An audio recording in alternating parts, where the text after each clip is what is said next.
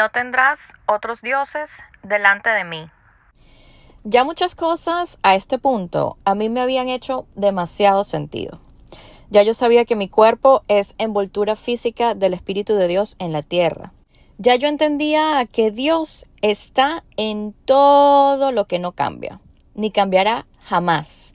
O sea, en lo fisiológico. Ahora bien, la sabiduría divina me llevó un poco más profundo, mostrándome y yo haciéndole mis preguntas. Porque, como ya dije en episodios pasados, hay un mapa y es la historia de Jesús, que como ya también mencioné, al igual que tú y yo, fue envoltura del Espíritu de Dios en la tierra. Pero ¿fue Jesús siempre Jesús el que conocemos? ¿Qué hacía Jesús antes de ser Jesús el que conocemos? ¿Por qué Jesús en un punto empezó a llamarse Jesucristo? ¿Y a qué se refería Jesús exactamente cuando decía, sígueme? Todas estas preguntas tienen su respuesta, y esto es algo que la religiosidad no permite ver. Pero recordemos que Dios no es religión. Dios es Dios. yo entendí que la religión ha sido simplemente un instrumento que siempre usó el sistema para tratar de adoctrinarme, controlarme y dominarme como un borreguito. Meterse en mis decisiones alejándome de la verdad, instalando en mí creencias confusas y separadas de la realidad de mi vida. O sea, usa las historias y los personajes de la Biblia como si fuesen historias aisladas de personajes que están por allá lejos, que pasaron hace años y que algunos de esos personajes había que venerarlos, cuando Dios dice claramente, No tendrás otros dioses delante de mí. y aquí es donde para mí la religión empieza a ser incoherente, porque mencionan otros nombres y a veces ni mencionan el nombre de Dios. Dios que existe antes de que existieran cualquiera de esos personajes bíblicos, porque Dios fue quien los creó. Y a Dios, que es lo primero de todo lo primero, y el Génesis de el propio Génesis, lo dejan de último, y a veces ni lo mencionan. Y he ahí otra incoherencia. Y claro, también te quieren vestido, perfumado y puntual, porque según ellos, Dios está en la puerta juzgando tu vestimenta externa, cuando la realidad es que Dios lo que quiere es que te bañes y te perfumes, pero por dentro. Incoherencia. Porque ¿qué hago arreglándome por fuera si estoy en desorden por dentro? Y un ejemplo que vemos de eso es de nuevo Jesús. Jesús se vestía de marcas. Jesús veneraba lo material. O Jesús te miraba de arriba abajo como un escáner juzgando a ver si te ayudaba o no. De nuevo, incoherencia. Sí, incoherencia del sistema religioso. Y ojo, aquí no estoy diciendo que ahora yo no me baño ni me perfumo, pero no me importa más lo que muestro hacia afuera que lo que tengo por dentro. Y es que para mí, irónicamente, la religión es lo que más aleja a la gente de Dios. Y es precisamente porque no existe nada más alejado de Dios que la religión. Dios no es tener un montón de versículos bíblicos no vividos en carne propia, almacenados en la mente y aprendidos al caletre, que por supuesto generalmente quien te los dice no los está cumpliendo ni los ha vivido y solo los usa convenientemente cuando hay que acusarte o juzgarte o regañarte para hacerte obedecer. Eso es religión, eso no es Dios. En fin, dicho esto, sigamos con un ejemplo. Supongamos que es tempranito en la mañana y queremos hacernos un cafecito. El propósito de hacer el café es tomarlo, disfrutarlo, olerlo, calentarnos, despertarnos y para eso lo preparamos, ¿cierto? Y acá tengamos en cuenta de que esos granos de café son específicos para ese día. O sea, no se van a repetir jamás.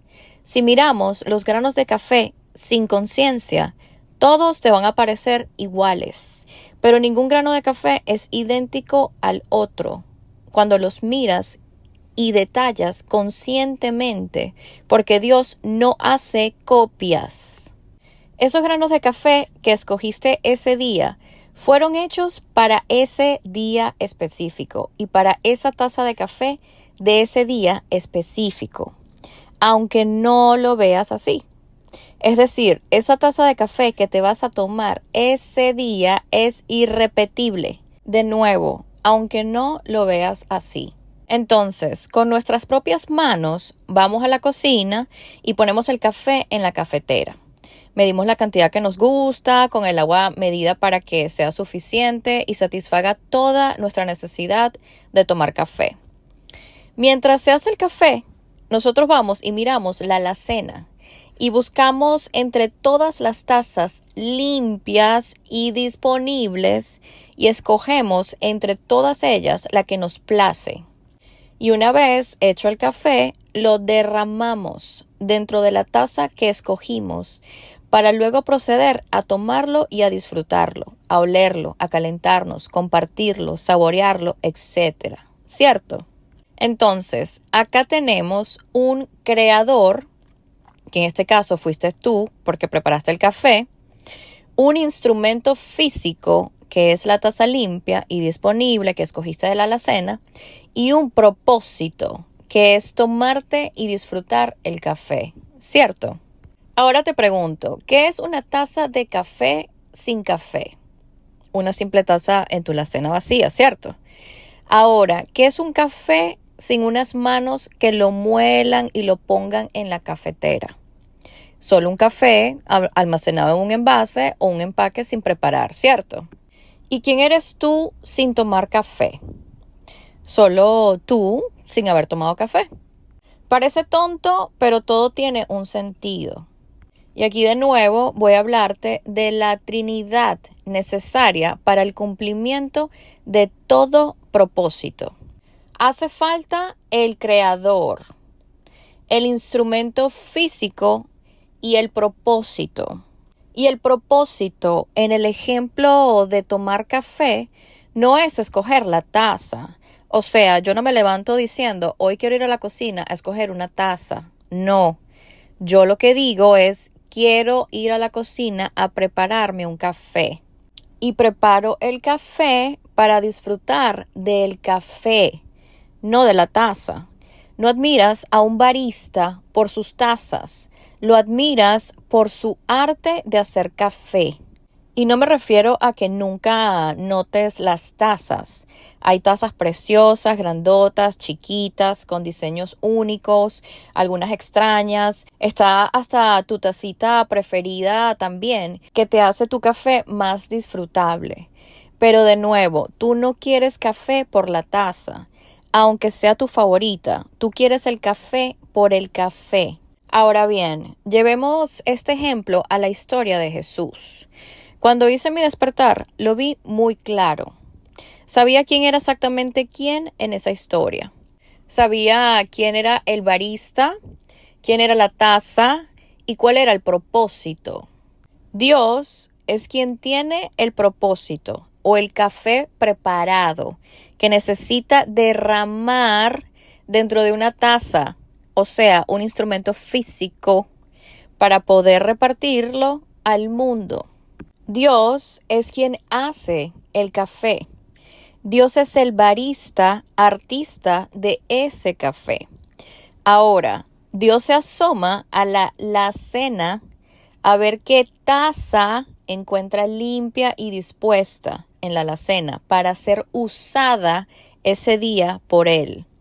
Que le sirva de instrumento físico para Él derramar su café dentro de esa taza y compartirlo al mundo.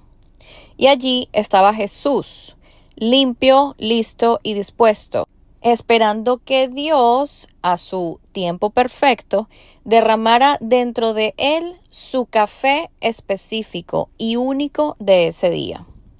Dios derrama su café dentro de Jesús, que es la taza, y Jesús, que es instrumento físico, da sorbos abundantes al mundo, que es el propósito específico que Dios tenía con él.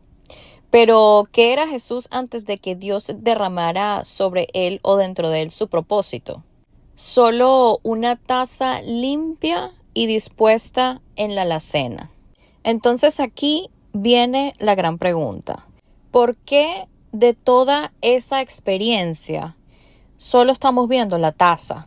Si la taza sin la mano que hace el café es simplemente una taza vacía. ¿Por qué de esa experiencia nos estamos quedando con la taza y no vemos al barista? O sea, ¿quién hizo el café? ¿La taza? ¿O el café lo hizo el barista? Y ojo, es una trinidad perfecta, donde cada componente dentro de ella tiene una posición inquebrantable, porque nada de eso pasa si no existe la mano del Creador. Entonces acá, ¿Jesús hizo milagros o Dios hizo los milagros a través de Jesús? Porque decir que Jesús hizo los milagros es decir que la taza hizo el café. Porque ¿qué milagro hizo Jesús antes de su bautizo? Es decir, antes de que se limpiara de su vieja versión y fuese escogido por Dios como el barista escogió la taza limpia de la alacena. Exacto, ninguno. Jesús, sin el propósito de Dios, es solo un instrumento sin uso, limpio, pero sin uso. Jesús, con el propósito dentro de él, es una taza o instrumento, ahora sí, en uso de su Creador. Y claro, cuando hablamos de Dios, Dios no solamente creó el propósito de Jesús, sino que creó a Jesús también. O sea, Dios acá es el protagonista desde cualquier esquina que lo veas.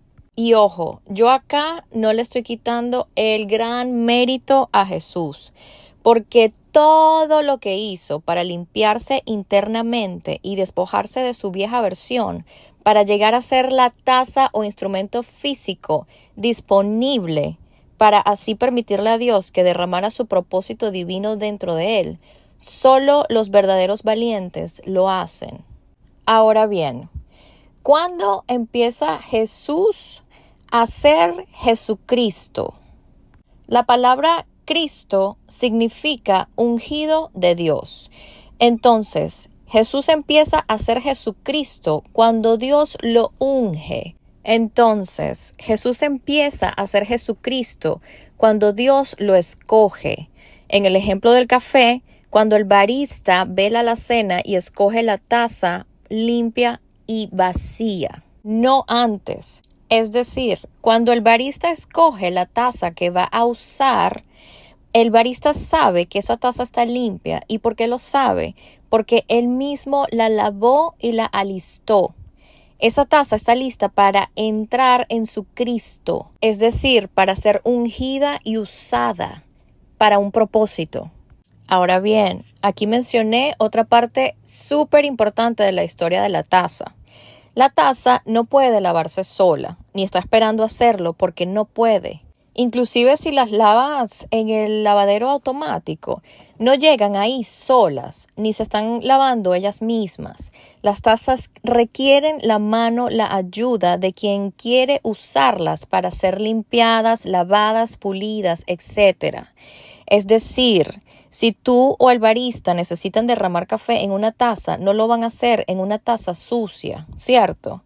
Supongamos que el barista usó todas sus tazas limpias. De igual manera, no usaría una sucia para derramar su obra de arte, que es su café. No le ofrecería su café a nadie servido en una taza sucia, ¿verdad?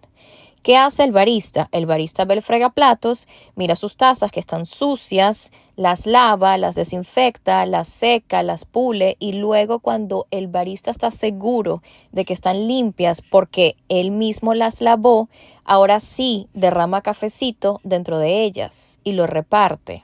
Es decir, todos estamos aquí abajo en un gran lavaplatos porque todos somos esas tazas sucias. Sucias de pensamiento, de acciones, de sentimientos, de traumas, de heridas, etc. Estamos todos contaminados. Pero Dios, que es el creador barista, tiene mucho propósito listo para derramar dentro de nosotros, sus tazas. Y es Él quien nos tiene en remojo. Nos echa un poquito más de jaboncito, nos da con la esponja un poquito, a veces soltamos un poquito el sucio de una esquinita, a veces retrocedemos en el proceso y nos ensuciamos con el sucio de otras tazas, a veces somos nosotros los que le transferimos el sucio a otras tazas que tenemos al lado y así sucesivamente. Pero ahí sigue Dios, paciente, por amor, tratando de limpiarnos así sea un poquitico todos los días. Pero hemos estado sucios por tanto tiempo que ya hasta creemos que vivir sucios y contaminados es lo normal. Y así creemos que lo que vinimos a hacer aquí fue vivir así como estamos viviendo. Y eso no es cierto. Y no me creas a mí. Tú ve tú mismo y pregúntaselo a Dios. Y con suciedad y contaminación me estoy refiriendo a la suciedad interna de cada taza, o sea, de nosotros, de ti, de mí, de todos. Y lo aclaro por si acaso, están pensando que el fregadero per se al que me refiero es el de tu cocina. Y como la tienes limpia, entonces eso significa que tú estás limpio. No me estoy refiriendo ni a la suciedad ni a la limpieza externa, sino a la interna. Porque sí, yo aquí muy limpiecita y perfumadita, maquilladita y arregladita y vestida de marca por fuera, pero ¿y por dentro? Ajá. De eso es lo que estoy hablando, del sucio de adentro, de la suciedad que no se va con un baño regular o con ropa limpia o con perfume caro. De esa suciedad es de la que estoy haciendo referencia. Mira alrededor y ve a todas las personas que te rodean, en tus ámbitos sociales, en tu casa, artistas, políticos. Todos estamos metidos en ese lavadero porque estamos sucios, todos metidos en el mismo lavadero. Y sí, todos estamos sucios y cada quien es responsable de su propia suciedad. Y yo te estoy hablando desde mi propio espacio dentro de ese lavadero, porque obviamente Dios me tiene en remojo y te hablo sin ningún tipo de juicio, porque solamente alguien que no se ha visto a sí mismo conscientemente lo sucio que está por dentro podría juzgar la suciedad del otro de al lado. Y Dios no se rinde porque ninguna contaminación ni suciedad interna es más grande que Él, ni que el amor que nos tiene, y tampoco es más grande que el propósito que Él tiene con cada uno de nosotros. Y es que yo lo vi porque ese movimiento, ese cansancio, esa ansiedad, esa depresión, ese sentimiento de no pertenecer, esas preguntas existenciales que yo tenía y que conté en el primer episodio de este podcast, era simplemente Dios mostrándome de frente mi propia contaminación para que me cansara de vivir en ella, para que la soltara, para que me rindiera, para que la confesara fuera de mí cuando escribía. Y le permitiera a Él que terminara de limpiarme y pulirme para que derramara sobre mí su propósito, y todavía sigo haciendo ese trabajo. La cosa es que estamos tan aferrados a nuestra propia contaminación que ya hasta nos gusta, entre comillas, y hasta la defendemos. Y lo que tenía que ser ahora una lavada normal se convierte en una estrujada de la hijuemadre. Y perdón por la expresión, pero es que las depresiones, enfermedades y crisis que se están viendo últimamente son la estrujada que Dios nos tiene que dar a nosotros todos los días para tratar de despegar esa suciedad que está ya casi podrida dentro de nosotros y que la tenemos tan integrada que la revolcada es magna. Ahora bien, si yo te preguntase ahora mismo, ¿quién es Jesús o qué es lo que tú entiendes de Jesús? La respuesta de pronto podría estar entre las líneas de: ¿es el Hijo de Dios? ¿Jesús fue una representación de Dios en la tierra? ¿O Jesús fue un propósito o es un propósito de Dios en la tierra? Y ahora te pregunto, ¿no eres tú también un hijo de Dios? ¿No eres tú también una representación de Dios en la tierra? ¿No eres tú un propósito de Dios en la tierra también? ¿No somos tú y yo Jesús entonces también? El nombre de Jesús significa Hijo de Dios. Entonces, si Jesús significa Hijo de Dios, todos los que sean hijos de Dios son Jesús. Y si todos somos Jesús, entonces tenemos que hacer o deberíamos hacer todo lo que Jesús hizo. Y aquí se responde la pregunta de cuando Jesús decía: si alguien quiere venir en pos de mí, niéguese a sí mismo, tome su cruz cada día y sígame. La palabra seguir, ¿qué significa? Significa caminar detrás. Seguir también puede significar imitar. Sígueme, imítame, camina detrás de mí. Y ese versículo bíblico habla de agarrar la cruz diariamente y seguir a Jesús. ¿Y eso qué quiere decir entonces? Agarra tu cruz, sígueme y crucifícate diariamente. Y aquí también voy a añadir que podremos tener una idea de cómo era Jesús físicamente, pero nadie lo va a saber con certeza. Primero, porque como era Jesús físicamente, no es lo importante de la historia de Jesús ni de su propósito en la tierra. Y segundo, porque ¿será que con todo lo que te he dicho y todo lo que ahora sabemos, la cara de Jesús más bien es la mía y la tuya? Y vuelve aquí a cobrar sentido lo que dije en un episodio pasado, en donde me refería a Jesús como el camino, porque él mismo lo dice, y que es un mapa, lo que te ayuda, algo físico que te ayuda a llegar al destino, que es Dios. O sea, el mapa te muestra el camino, y esa es la historia de Jesús, un mapa de destino a Dios. O sea, la historia de Jesús es como la chuleta que nos dio Dios para llegar a Él. Entonces, queremos llegar a Dios y a verlo verdaderamente. Tenemos que buscar el mapa exactamente de lo que hizo Jesús. Entonces, Jesús se entregó completamente a su trabajo interno. Hizo ayuno, oró, meditó, sirvió, confió, amó incondicionalmente, lavó los pies de otros, etc. Y también pasó por su propio valle de sombra de muerte. Sintió sus heridas, sintió su dolor, cargó su propia cruz sin dejar de caminar, la clavó y se permitió morir en ella. Y acá vuelvo a mencionar lo que mencioné también en otros episodios, en uno de los primeros, cuando dije que tenía pensamientos de muerte. No era mi muerte física, era mi muerte al viejo hombre, a esa versión que no era yo. Eso es lo que pide muerte. Esa versión que no era yo y que me tenía dándome látigos a mí misma. Y que si se sufre, que si duele, pues imagina lo que sufrió Jesús para que te deje una idea cercana. Ahora, ¿vale la pena? Absolutamente. Caminar el camino de Jesús a la crucifixión es el camino a Dios y al real propósito que Dios tiene con nosotros. La crucifixión es el precio para que Dios nos unja, que ojalá todos estuviésemos con la conciencia de pagarlo, porque ningún trabajo vale más la pena y trae mayor retribución y bendición que el trabajo que hacemos con nosotros mismos, de crucificarnos a diario. Porque sí, todos somos Jesús, pero no todos estamos ungidos, es decir, no todos estamos en Cristo. Es decir, la meta es la unción de Dios, pero el precio es la crucifixión.